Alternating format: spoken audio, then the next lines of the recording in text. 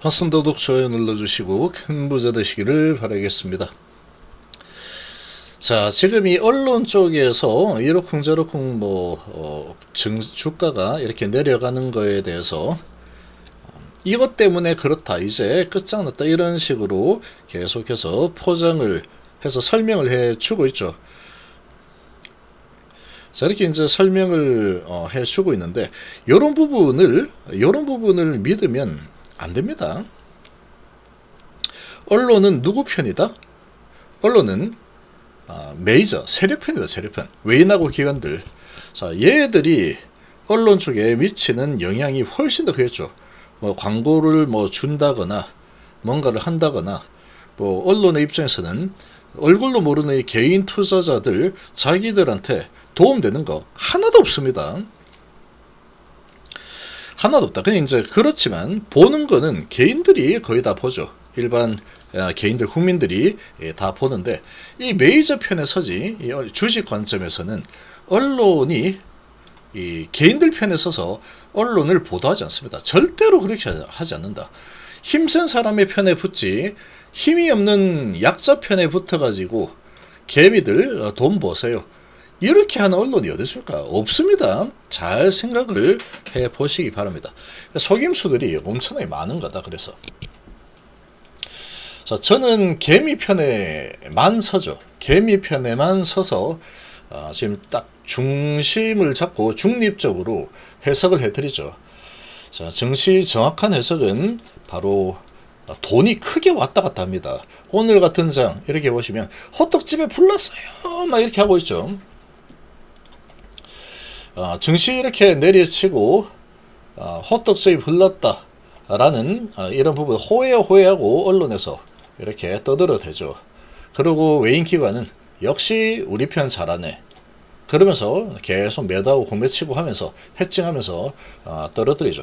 신용미수 다 떨어집니다. 신용미수 편에 설 생각은 전혀 없습니다. 신용미수는 그냥 털려가지고 탈탈 털려서 손해를 많이 봐라. 차라리 손해 많이 보세요. 그래야지 그 손해보는 돈들 우리 회원님들이 밑에서 싸게 줍줍해서 또 올릴 수 있는 상황이니까, 신용미수는 돈을 많이 잃는 게 어찌 보면은 저는 당연하다고 봅니다. 많이 잃어줘야 되죠. 신용미수. 이제 레버리지 썼는데, 단기 레버리지 써가지고 돈을 많이 가져가면은 누가 좋아합니까 이거? 털리는 흐름이, 재주가 좋아가지고 수익을 많이 가져가면은 다행인 겁니다. 그건 다행인 거다. 근데 이 우리나라에서는 신용미수 쓰는 게 너무나 위험하다. 그러니까 이런 오늘만 봐도 이게 보이죠. 별일 없는데 갑자기 갖다 붙여가지고 박살을 내버리죠. 그러면 아이고 큰일 났구나. 언론에서 막 떠들어주면은 신용미수 쓴 사람들은 진짜 큰일 났다 싶은 그런 마음이 일반적인 내 돈으로 투자하는 사람들보다 이 마음이 조급해지죠. 아주 조급해집니다. 공포감이 극에 달하게 되고, 그러면은 어떡합니까? 내가 지금이라도 매도해야 되겠다. 그래서 매도를 하게 되거나, 아니면 버팅기다가 그래도 매도 안 했다고 알았어, 더 내리치면 반대 매매 나올. 그래. 그래서 양털깎기를 주기적으로 계속 해야 된다. 우리나라 같은 경우에 이런 게 심합니다.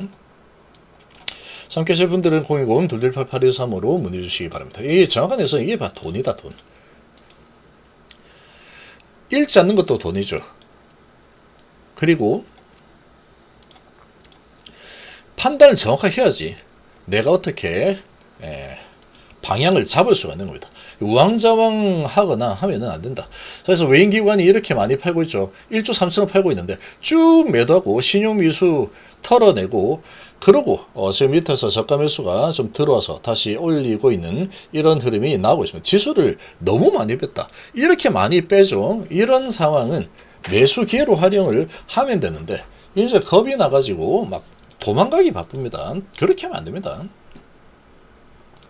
자, 오늘 이렇게 하락이 일어나고 있는데, 이 뉴스들, 이 메이저 편에 서서 이렇게 뉴스를 뿌려주는 겁니다. 그리고 이제 쓸 말이 없기 때문에 그냥 이런 것 때문에 하락하는가 보다 그렇게 하는 겁니다. 쓸 말이 없으니까. 양털깎기 제대로 진행하고 있는데 양털깎기를 진행하고 있습니다, 이렇게 쓰지는 못하겠죠.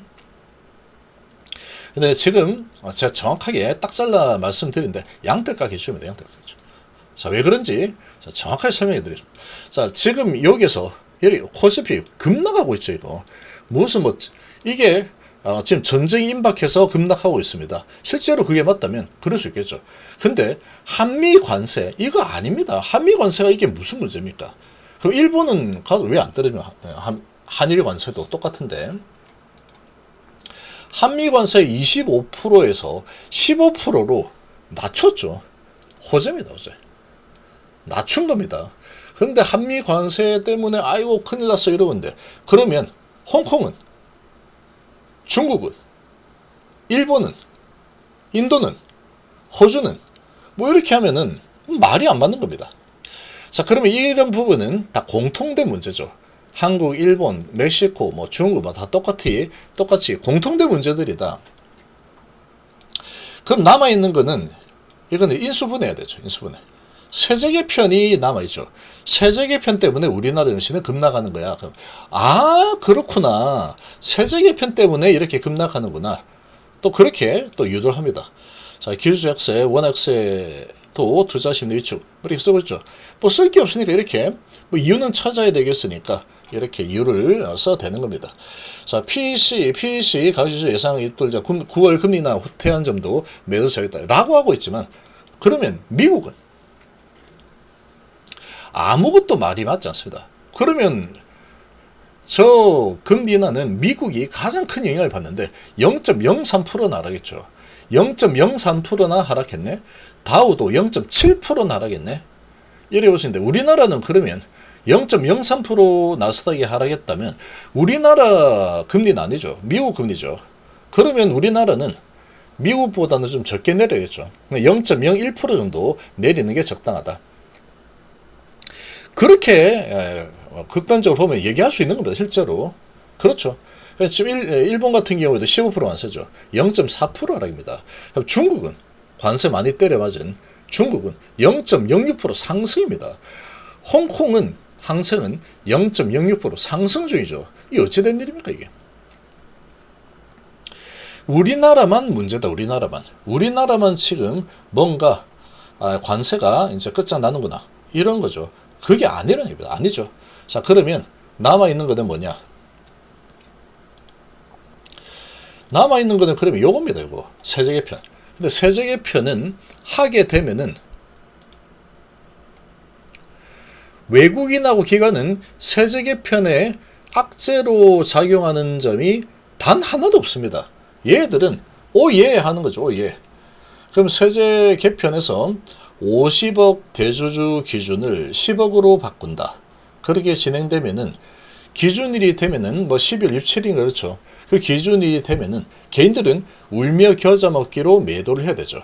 세금 안 내려고 하면 어쩔 수 없이 그 전에 좋은데 어쩔 수 없이 매도한다.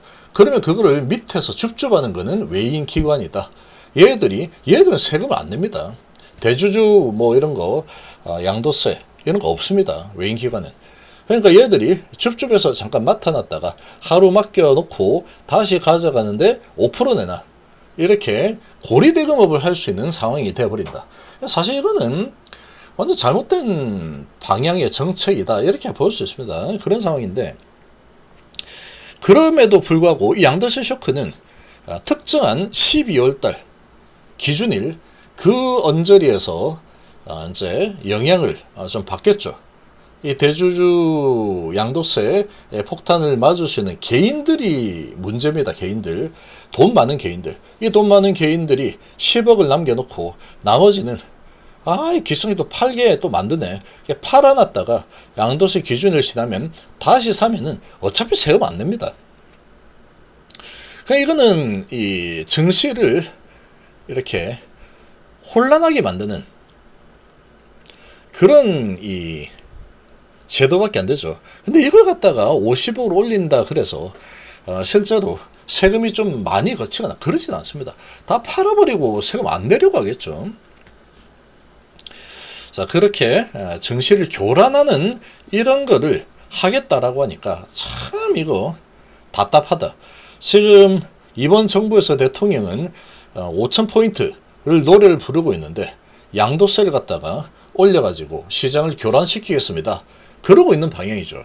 근데 그런 상황이 실제로 된다고 하더라도 이거는 특정한 12월 달에 한해서 교란이 좀 되는, 외인하고 기관들 배불려주는 그런 상황밖에 되지 않습니다. 근데 이걸 가지고 지금 이렇게까지 우리나라 증시가 폭락이 일어나는, 3%는 폭락이죠. 일어나고 있다라는 것 자체가 말이 안 된다라는 겁니다.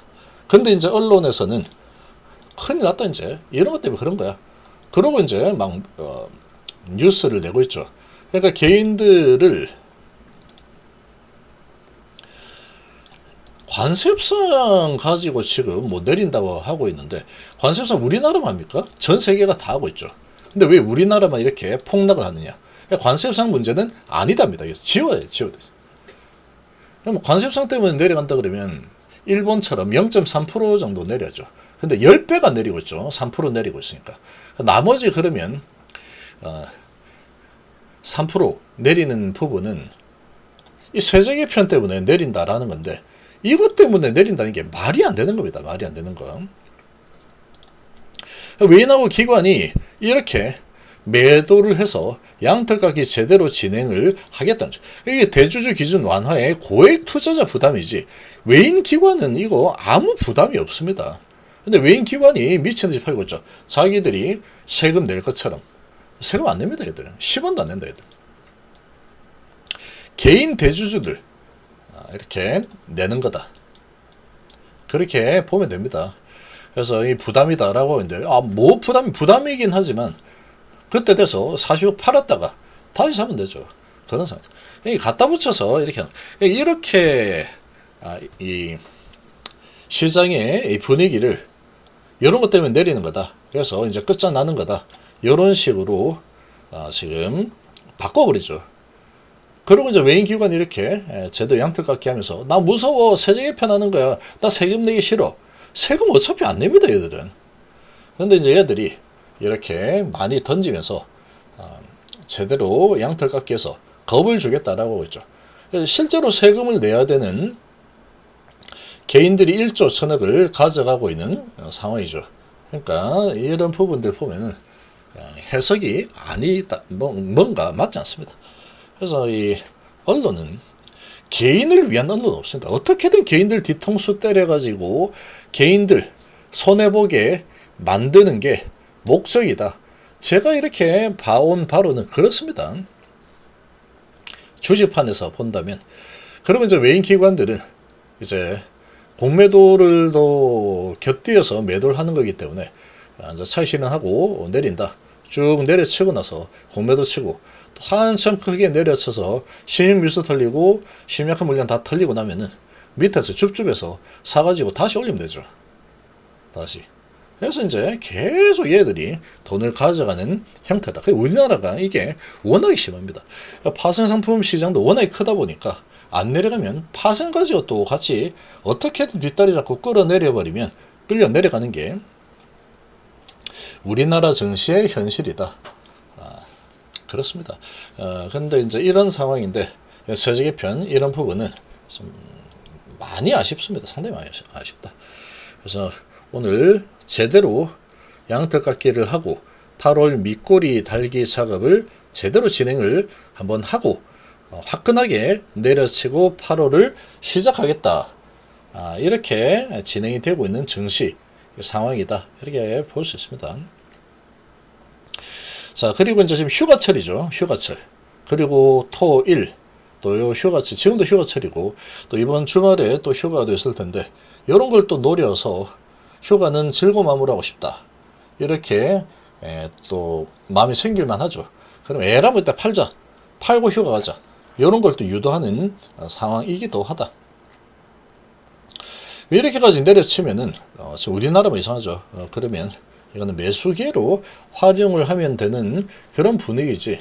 휩쓸려가지고 호떡집에 불이 나버렸어. 양도세를 뭐 이렇게 한대. 뭐 양도세 그게 뭐 그렇게 지금 시점에서 아주 큰 약세를 보일 만한 그런 상황은 아니다. 이렇게 볼 수 있습니다. 그래서 이제 유를 갖다 붙여서 이렇게 집어 던지고 있는데 얘도 합작해가지고 제대로 신유 밀수 많이 들었어. 제대로 양타깝게 진행한다. 약속된 플레이 이 정도로 보입니다.